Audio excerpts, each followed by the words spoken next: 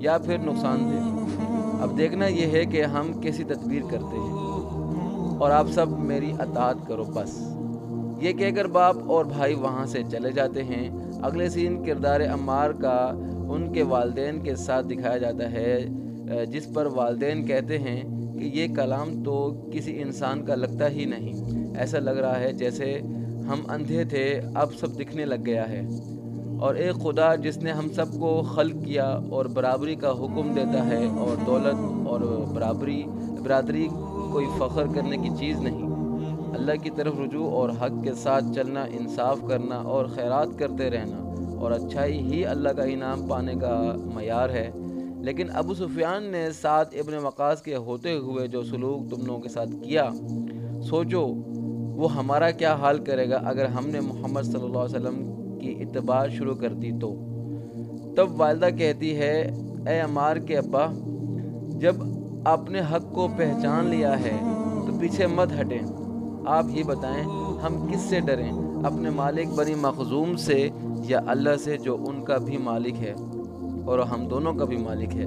مزید کہتی ہیں کہ ابو حذیفہ نے مجھے آزاد کر کے آپ کے ساتھ شادی تو کرا دی، لیکن میرے ساتھ اب بھی نوکروں والا سلوک کیا جاتا ہے، مجھے ان کے ساتھ بیٹھنے تک کی اجازت نہیں، میں اللہ کی غلام بن گئی ہوں۔ اب مجھے پتہ چل گیا ہے کہ کسی مخلوق کو حق نہیں کہ وہ مجھ پر حکم چلائے، اور نہ کوئی میرا مالک ہے۔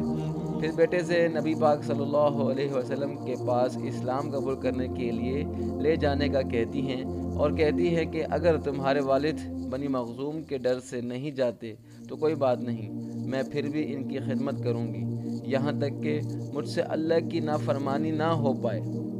اس کے بعد پھر ایک لڑائی کا میدان دکھایا جاتا ہے جہاں وحشی نامی شخص لڑائی جیت جاتا ہے، اور پھر امیہ کردار بلال کو بلا کر ان کے منع کرنے کے باوجود زبردستی لڑنے بھیج دیتا ہے، اور کردار بلال ہار جاتے ہیں تو امیہ کھلانے پلانے کے طعنے دے کر مارتے ہوئے کردار بلال کو جانے کا کہتا ہے۔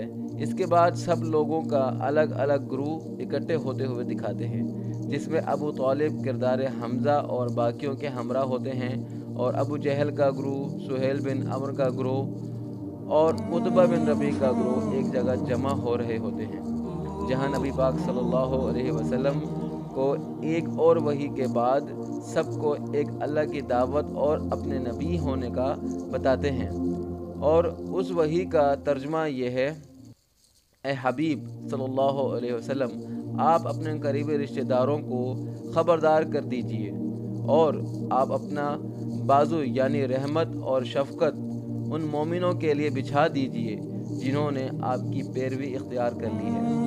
اور پھر کردار عمر یہ کہتے ہوئے آتے ہیں کہ جلدی چلو، آج محمد صلی اللہ علیہ وسلم نے سب کو جمع کیا ہے تاکہ وہ اپنی بات عام کر سکے، جس کی آج تک صرف خبریں تھیں آج وہ حقیقت بننے جا رہی ہے، ایک ایسی حقیقت جو محض عام خبر نہیں ہو سکتی۔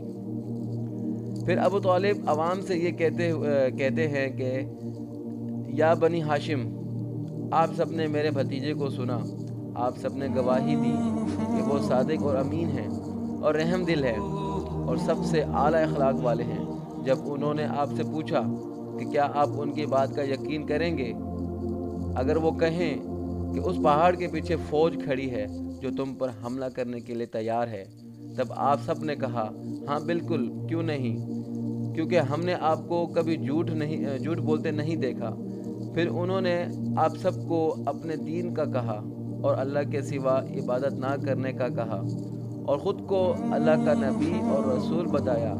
تو اب تم لوگ بتاؤ، اپنا فیصلہ خود کرو۔ وہ اپنا مقدمہ دلائل کے ساتھ پیش کریں گے۔